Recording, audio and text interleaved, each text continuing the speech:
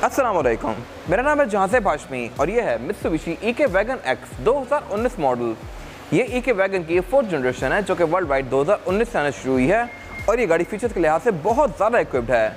इसमें फीचर्स इतने आते हैं जिन्हें पाकिस्तान में शायद ही कोई कार ऑफर करती हो, जैसा कि एक तो इस गाड़ी में पार्किंग सेंसर्स आते हैं, रेडार आता है, हेडलाइट इसमें एलईडी में है, ऊपर डीआरएल दी गई हैं, इसमें स्मार्ट एंट्री आती है और भी ऐसी बहुत सारी चीज़ें आती हैं जो कि इस गाड़ी को बड़ा डिसेंट बनाती हैं और ये सारी चीज़ें मैं आगे कवर करूँगा इस रिव्यू के अंदर। प्लस ये गाड़ी है भी सिर्फ 660 सीसी और हाइब्रिड भी है। इसकी एवरेज आपको तकरीबन 25 से 30 तक की आ सकती है, जो कि मेरे ख्याल से बहुत ज़बरदस्त है इन महंगे टाइम्स में। और स्पेसिफिक कार की डिमांड 41 लाख रुपए है। ये गाड़ी साइकिल मोटरस्पोर्ट के पास अवेलेबल है और अगर आपने इसके बारे में कोई इन्फॉर्मेशन लेनी है तो आप इस दिए गए नंबर पर कॉल कर सकते हैं या फिर आप साइकिल मोटरस्पोर्ट को विजिट कर सकते हैं, जो कि रावलपिंडी में DHA2 के गेट 1 के ऑपोजिट लोकेटेड है। इसके अलावा साइकिल मोटरस्पोर्ट की एक और ब्रांच भी है जो कि रावलपिंडी में मरी रोड पे लोकेटेड है। इन दोनों ही ब्रांचेस पे ये गाड़ी अवेलेबल की जा सकती है। और इसके अलावा साइकिल मोटरस्पोर्ट पे सिर्फ गाड़ियों की बाइंग एंड सेलिंग ही नहीं बल्कि गाड़ियों के काम भी किए जाते हैं, जैसे कि tints, wraps, ceramic coating, PPF, graphene coating. फिर यहाँ पे गाड़ियों के पार्ट्स भी अवेलेबल हैं, जैसे कि headlight, tail light, bumper, facelifts, body kits वगैरह। और इसके अलावा यहाँ पे पेंट बूथ भी अवेलेबल है जहाँ पे बेस्ट क्वालिटी का पेंट किया जाता है। सो गाड़ियों के किसी भी काम के लिए cycle motorsports is the place. Overall it's a great इके wagon and today I am going to review it. Let's start with the exterior of this car. ये गाड़ी मित्सुबिशी इके वैगन है। इसी बॉडी में एक और कार भी आती है, निसान डेज, और वो गाड़ी फ्रंट से इससे थोड़ी कम एग्रेसिव होती है। ये गाड़ी लुक्स के लिहाज से बहुत ज़्यादा एग्रेसिव है और इसके अलावा यहाँ फीचर भी बहुत अच्छे दिए गए हैं। अगर हम शुरू करें इसकी लाइटिंग से तो लाइट्स इसके फ्रंट पे बहुत सारी दी गई हैं। एक तो इसके ऊपर जो लाइट्स दी गई हैं ये DRL हैं, जैसे कि चंगान ओशान X7 में आती हैं। इसकी हेडलाइट्स जो हैं वो यहाँ पे नीचे दी गई हैं। इसकी हेडलाइट्स के लिए ये 2 पॉइंट्स दिए गए हैं, लो के और फिर एक नीचे हाई का पॉइंट दिया गया है, यानी कि 3 पॉइंट इधर 3 पॉइंट उधर। फिर ऊपर ही अलग से DRL दी गई हैं और ये सारी पॉइंट्स LED में हैं। इन नीचे वाली हेडलाइट्स की लुक फोर्ड F-150 की हेडलाइट्स जैसी आती है, ये LED में है और उसके अलावा फिर इसमें इंडिकेटर भी नीचे अलग से दिया गया है। फिर इसमें फॉग लैंप आते हैं, लेकिन फॉग लैंप इस गाड़ी के हैलोजन में है, जो कि अगर LED में होता तो मेरे ख्याल से ज़्यादा अच्छी बात थी। और इसके अलावा इसके फ्रंट पे क्रोम भी बहुत सारा दिया गया है। ये गाड़ी क्योंकि EK-X वेरिएंट है, यानी कि टॉप ऑफ लाइन, तो इसके फ्रंट पे फ्रिल्स वगैरह काफ़ी अच्छी आती हैं। इसके फ्रंट पे एक ग्रे कलर की ग्रिल दी गई है जो कि काफ़ी मैसिव है। फिर इसके फ्रंट पे पार्किंग सेंसर्स भी आते हैं और रेडार भी आता है। रेडार बेसिकली इसके बहुत सारे फीचर्स को इनेबल करता है, जैसे कि ऑटो ब्रेकिंग वगैरह। ये सारी चीज़ें मैं जाके इंटीरियर में कवर करूँगा अभी। प्लस इसकी हेडलाइट्स में ऑटोमेटिक का फीचर भी आता है, यानी कि रात और दिन को सेंस करके ऑटोमेटिकली ऑन या ऑफ तो होंगी ही। प्लस इनमें एडजस्टमेंट भी आती है, आप इनको ऊपर या नीचे कर सकते हैं। इस तरह के फीचर बहुत लग्जरियस कार्स में आते हैं, लेकिन जापानी ये इन छोटी छोटी कार्स में भी दे देते हैं, जो कि मेरे ख्याल से एक बड़ी मज़ेदार चीज़ है। इसके बाद अगर बात की जाए इस गाड़ी की साइड प्रोफाइल की, तो ये भी पूरी कार की तरह काफ़ी ज़्यादा एग्रेसिव है। यहाँ पे काफ़ी स्ट्रॉन्ग टेल लाइन्स दी गई हैं जो कि फ्रंट डोर से टेल लाइट से कंटिन्यू करती हैं। फिर इसमें आसपास ये एप्रन्स भी दिए गए हैं जो कि इस गाड़ी की लुक में और अच्छा टच ऐड कर रहे हैं। इस तरह की एक कार निसान डेज आती है जिसका मैंने रिव्यू किया हुआ है और वो आप हमारे पेज पे देख सकते हैं। वो गाड़ी भी रिसेंटली सेल हुई है और उसकी जगह भी उसकी रिप्लेसमेंट आई है, जो कि अगेन मेरे ख्याल से एक और ज़्यादा अच्छा ऑप्शन है। इसके अलावा इसमें फिर ये एप्रस भी दिए गए हैं। इसकी जो पिलर्स हैं ये ब्लैक में आते हैं, जो कि इसका काफ़ी अच्छा कॉन्ट्रास्ट कर रहे हैं। फिर यहाँ फीचर भी काफ़ी अच्छे दिए गए हैं, इस तरह से कि इस गाड़ी की साइड मिरर रिट्रैक्टेबल आते हैं, एडजस्टेबल आते हैं और उनमें ऑटो का फीचर भी आता है। ऑटो का फीचर इस तरह से कि अगर आप इस गाड़ी को लॉक अनलॉक करते हैं तो ये फोल्ड भी होते हैं। ये चीज़ सिविक में पाकिस्तान में 2019-20 में जाकर आना शुरू हुई थी, जबकि इन गाड़ियों में ये चीज़ ऑलरेडी आती है, तो ये मेरे ख्याल से अगेन एक अच्छा ऑप्शन है। फिर इसमें यहाँ पे इंडिकेटर भी आते हैं और उसके अलावा इस गाड़ी में सॉफ्ट अनलॉक भी आता है, यानी कि मैं इस गाड़ी को की यूज़ के बगैर भी लॉक या अनलॉक कर सकता हूँ, लाइक दिस। अगर मैं इस गाड़ी को अनलॉक करके इस गाड़ी को स्टार्ट करता हूँ तो इसके साइड मिरर ओपन हो जाएंगे खुद ही। इसके अलावा इसके डोर पैनल वगैरह काफ़ी मैसिव हैं। इस गाड़ी में एंट्री एग्जिट काफ़ी आसान है। प्लस ये गाड़ी सेंटर से क्योंकि ओपन ही है तो फ्रंट पे 3 लोग भी बैठ सकते हैं। ये सारी चीज़ें मैं आगे कवर करूँगा अभी। और अगर बात की जाए इस गाड़ी की एब्सोल्यूट साइड प्रोफाइल की, तो ये गाड़ी साइज़ के लिहाज से भी काफ़ी ह्यूज है।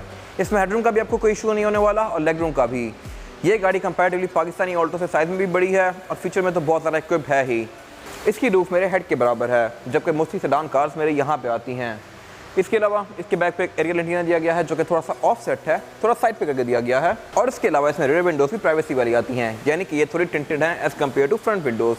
अगेन इसके रेयर डोर्स भी काफ़ी मैसिव हैं, आप देख सकते हैं। इसके डोर का साइज़ लेक्सस 570 के डोर जितना है। प्लस ये ओपन भी काफ़ी ज़्यादा होते हैं, तो इसमें एंट्री एग्जिट भी काफ़ी आसान होने वाली है।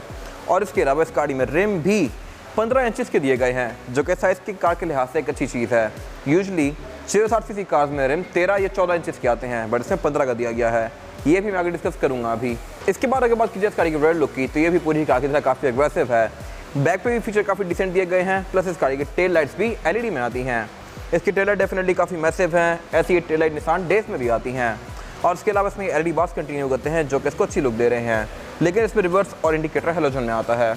इसके अलावा इसके बैक पे पार्किंग सेंसर्स भी आते हैं जो कि अगेन एक अच्छा फीचर है। और इसके अलावा इसके बैक पे ये रेड विंडशील्ड वाइपर आता है, रेड विंडशील्ड इसकी टिंटेड आती है। और इसके अलावा इसमें एक ब्रेक लैंप भी आता है। फिर इसमें विंडशील्ड वॉशर भी दिया गया है और बैक पे अगेन काफ़ी सारा क्रोम दिया गया है, प्लस ये EKX की बैजिंग दी गई है जो कि शो करवाता है कि ये इस गाड़ी का टॉप ऑफ लाइन वेरिएंट है। इसकी ट्रंक को लॉक करने के लिए एक फीचर यहाँ पर रिलीज़ दिया गया है। और ये इस गाड़ी की ट्रंक कैपेसिटी जो कि 4 से 5 लोगों के लगेज के लिए ठीक है, स्पेशियस है। यहाँ पे आप एक बड़ा बैग या 4-5 छोटे बैग रख सकते हैं। और इसके अलावा इस नीचे के लिड को उठा के आप इस गाड़ी की टूल किट एक्सेस कर सकते हैं। इसमें स्पेयर व्हील नहीं आता डेफिनेटली, क्योंकि ये गाड़ी साइज में थोड़ी छोटी है। और आप इसकी ट्रंक को स्पेशियस भी बना सकते हैं। इसकी 3rd रो सीट्स फोल्डेबल आती हैं, इनको फोल्ड करके आप यहाँ पे अच्छा खासा सामान रख सकते हैं। बाकी ये बोर्ड इटसेल्फ भी काफ़ी स्पेशियस है। ट्रंक इसका हाइड्रोलिक से ओपन होता है। बाकी इसके बैक पे एक हाइब्रिड की बैजिंग दी गई है जो कि शो करवाता है कि ये कार हाइब्रिड है। और इसके रेयर बम्पर में भी नीचे एक ये ब्लैक सा एरिया आता है जो कि इसकी साइड प्रोफाइल के एप्रन्स के साथ काफ़ी अच्छे से ब्लेंड कर रहा है। इसके बाद अगर बात की जाए इस गाड़ी के इंटीरियर की, तो इंटीरियर इस गाड़ी का लुक्स के लिहाज से बड़ा मज़ेदार है। इस तरह का इंटीरियर अगर स्पोर्टिश वगैरह के अंदर आ जाए तो वो गाड़ियाँ बेस्ट सेलिंग हो जाए पाकिस्तान की। जापानी कार्स इंटीरियर पे बहुत ज़्यादा वर्क करती हैं, एक्सटीरियर पे भी।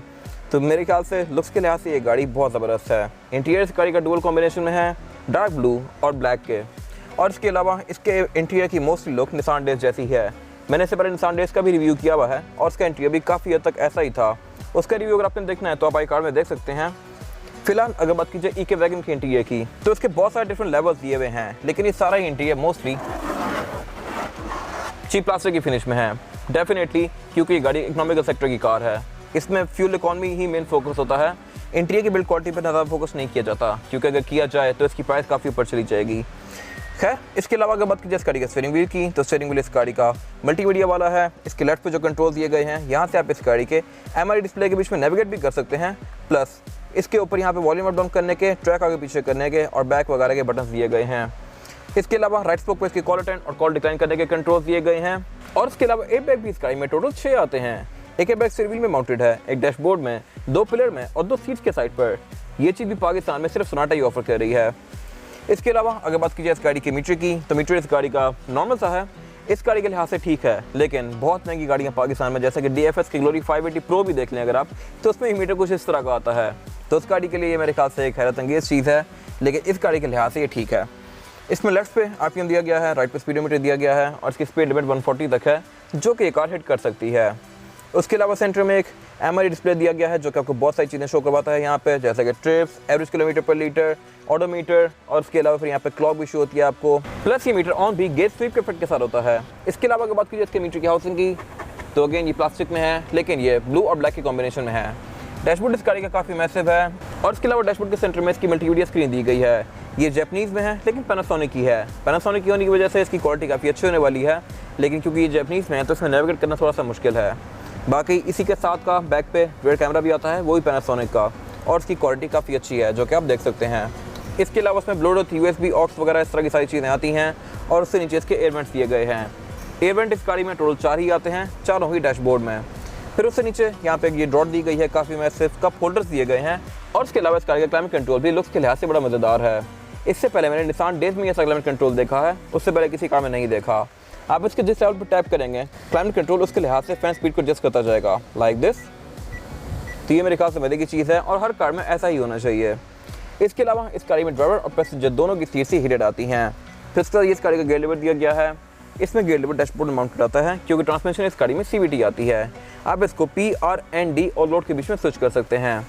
फिर उससे नीचे एक ये ड्रॉर दी गई है जो कि मैक्स 3 kg का लोड उठा सकती है। उससे नीचे यहाँ पे एक और पॉकेट दी गई है जो ये काफ़ी मैसिव है। और इसके अलावा ये गाड़ी सेंटर से ओपन ही आती है। मैं यहाँ से ही लेफ्ट राइट सीट पे भी जा सकता हूँ और इसके अलावा फ्रंट पे आप 3 लोग भी बिठा सकते हैं ट्रक की तरह। इसके अलावा अगर मैं सीट को आगे करता हूँ तो इसका ये काफ़ी बड़ा सारा पोर्शन आगे होता है। और इसके अलावा इसके सेंटर में एक ही आर्मरेस्ट भी दिया गया है, जिसको खोल के आप ऐसे आर्मरेस्ट यूज़ कर सकते हैं और इसको अनफोल्ड करके आप ये सीट को एक ही पीस बना सकते हैं। फ्रंट पे 2 सीट बेल्ट्स आती हैं। और इसके अलावा अगर बात की जाए इस गाड़ी की सीट्स की, तो सीट्स इस गाड़ी की डुअल कॉम्बिनेशन में है, डार्क ब्लू और ब्लैक के। ब्लू वाले ये इसका टेक्सचर्ड है और इसके अलावा यही फैब्रिक इसका डोर्स के अंदर भी कंटिन्यू किया गया है। इसके अलावा अगर बात की जाए विंडोज़ की, तो इसमें सिर्फ ड्राइवर की विंडो ही सिंगल टैप वाली आती है, यानी कि आप इसको सिंगल टैप से फुली रोल डाउन या रोल अप कर सकते हैं। इसके अलावा इस गाड़ी के साइड में भी रिट्रैक्टेबल आते हैं, यानी कि आप इनको गाड़ी के अंदर बैठ के ही फोल्ड या अनफोल्ड कर सकते हैं लाइक दिस। प्लस इनमें ऑटो का फीचर भी आता है।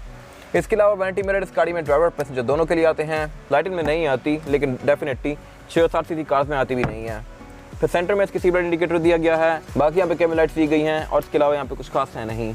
और अगर बात की जाए इस गाड़ी में रेयर पैसेंजर के लिए सीटिंग कैपेसिटी की, तो ये भी यहाँ पे काफ़ी स्पेशियस है। मेरे पास यहाँ पे लेग रूम का बिल्कुल भी कोई इशू नहीं है और हेडरूम का भी। बैक पे यहाँ पे 3 लोग भी आ सकते हैं अगर आना चाहें तो, लेकिन फिर ज़्यादा कंफर्टेबल नहीं होंगे। ये गाड़ी बेसिकली टोटल 4 लोगों के लिए डिज़ाइन की गई है, 2 आगे और 2 पीछे। इसके अलावा इसमें फ्लोर बेड भी फ्लैट आता है, लेकिन इसका floor bed comparatively mostly sedan car से थोड़ा सा रेज्ड है। ये गाड़ी थोड़ी ऊपर है हाइट में। और इसके अलावा बैक पे एमेनिटीज अच्छी दी गई हैं, इस तरह से कि इसमें 2 कप होल्डर्स आते हैं, डोर्स में पॉकेट्स आती हैं, रेयर विंडोज़ ऑटोमेटिक हैं। और इसके अलावा ये विंडोज़ हैं भी काफ़ी मैसिव, इनमें कोई पिलर वगैरह नहीं आता, जो कि अगेन मेरे ख्याल से एक अच्छी चीज़ है।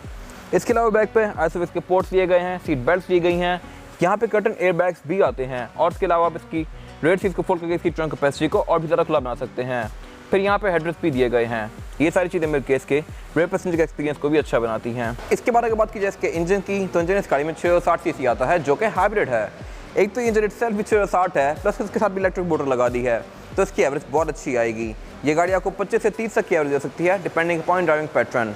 और इसके अलावा अगर बात की जाए परफॉर्मेंस फिगर्स की, तो ये इंजन 64 हॉर्स पावर प्रोड्यूस करता है, जो कि सफिशिएंट है बॉडी साइज के लिहाज से। इसके अलावा इसमें क्योंकि इलेक्ट्रिक मोटर है, तो इसकी परफॉर्मेंस आम 660 से थोड़ी बेहतर होने वाली है।